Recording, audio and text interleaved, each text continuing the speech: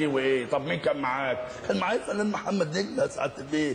خش يا استاذ محمد. يا راجل ما انت قلبك ابيض من البسطه البيضاء. هي دي خلاص بقى. مشي الموضوع وانت قلبك عسل. ما تخليك محضر خير يا استاذ صلاح يا سعداني. ايه دي؟ ايه اللي انا بس شوفوا يا اخواني، الموضوع ده اي والله يا راوي، الموضوع ده يسمى في قاموس الحياه يا استاذ محمد قضاء وقدر، اهو زي وصيفه ووهداني. انا المهم يا اخواني ما حصلش اي حاجه. ما تقول حاجه يا استاذ محمود يا عبد العزيز. انا بالنسبه لي اشتغلت ضابط مخابرات في رافد الهجان. لا يمكن اني اسيب المخابرات عشان قضيه زي دي. ولا رايك ايه يا استاذ يوسف يا شعبان؟ المساله دي مساله خاصه ولا يمكن في يوم لاب اني اتدخل فيها. الله مالك في ايه؟ ما تقول حاجه يا استاذ ايمن يا زيدان. لا شوف دي لك لا اله خلاص مريها كرم على الوش. خلاص بقى شوف انت وياه.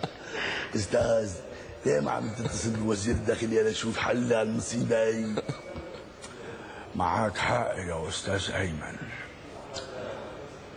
معالي وزير الداخليه صباح الخير يا فندم. يا سيدي صباح النور.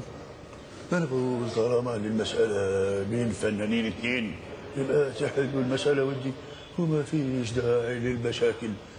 واذا كان عندك اي محامي خليه يعمل له محضر صلح. انا عندي محامي الفنان نجاح الموجي. رايك ايه يا استاذ نجاح؟ الله انا جاي من السفر تعبان وماليش مزاج اتحرك، بس على العموم ما حصلش اي حاجه. رايك ايه يا ست نعيمه يا صغير؟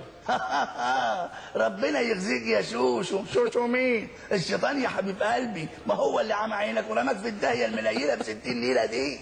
ولا رايك ايه يا استاذ عادل يا ادهم؟ انا بشرفي لو مسكته دلوقتي وعملت محضر صلح لكون بخلص عليكم كلكم. الله انا عايز استريح. ولا رايك ايه يا استاذ؟ جميل يا راتب، قصدي يا سياده العقيد.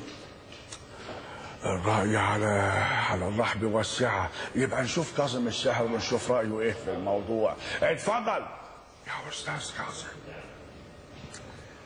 أنا كنت امشي بكل رقة وإحساس. سمعت صوت، هذا الصوت أفزعني، خلاني أرمي هناك، شعري تخربط، جاكيتي تمزق، حذائي ضاع. يا سيدي إذا كان على جوز القجمة أجيب لك جوز خالتي مكانه، ما حصلش أي حاجة. خلاص خلاص. أنا لو فضلت هنا ربع ساعة عيالي حيشحتوا على الإشارة برا، حرام عليك. يبقى تكتب تعهد تقول فيه إنك ما تسوقش أي عربية. إذا ما كانتش العربية دي فول اوتوماتيك. يعني ايه فول اوتوماتيك؟ اخو الفول المدمس. مالها لك انت؟ ما تقول حاجه يا استاذ ناصر يا قصبي. اشبك انت. الكلام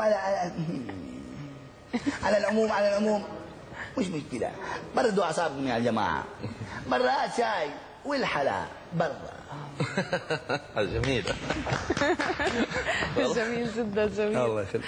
طبعا يعني احنا حابين نسمع كثير بس للاسف الوقت مش ضايل فيه كثير. بس كمان قلت لي انه انت بتقلد مش بس اصوات عربيه وفنانين عرب وفنانين اجانب كمان، وهي يعني توازن صعب شويه.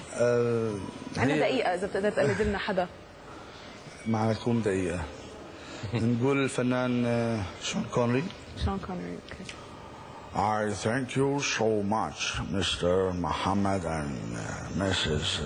Rawia, for this invitation. And I hope so that you and all the people that see us on the TV, that will be spend a nice lifetime with us. Thank you very much. Thank you very much for this invitation. طيب باسم، بالفعل يعني كنا نتمنى زي ما قالت راوية انه نسمع المزيد. عيشنا باجواء انه بالفعل عم نحضر مسرحيه من تاليف وتمثيل ومن تاليفك، وما شاء الله يعني اكثر من نجم جمعت في هالمسرحيه. شكرا كثير، وان شاء الله يعني بنقدر بلكي نستضيفك بالايام المقبله بحلقات اخرى هيك ان شاء الله، يعني اضفاء روح الطرفه على هالبرنامج ان شاء الله. وانا احب اشكر العربيه واشكر الاستاذ محمد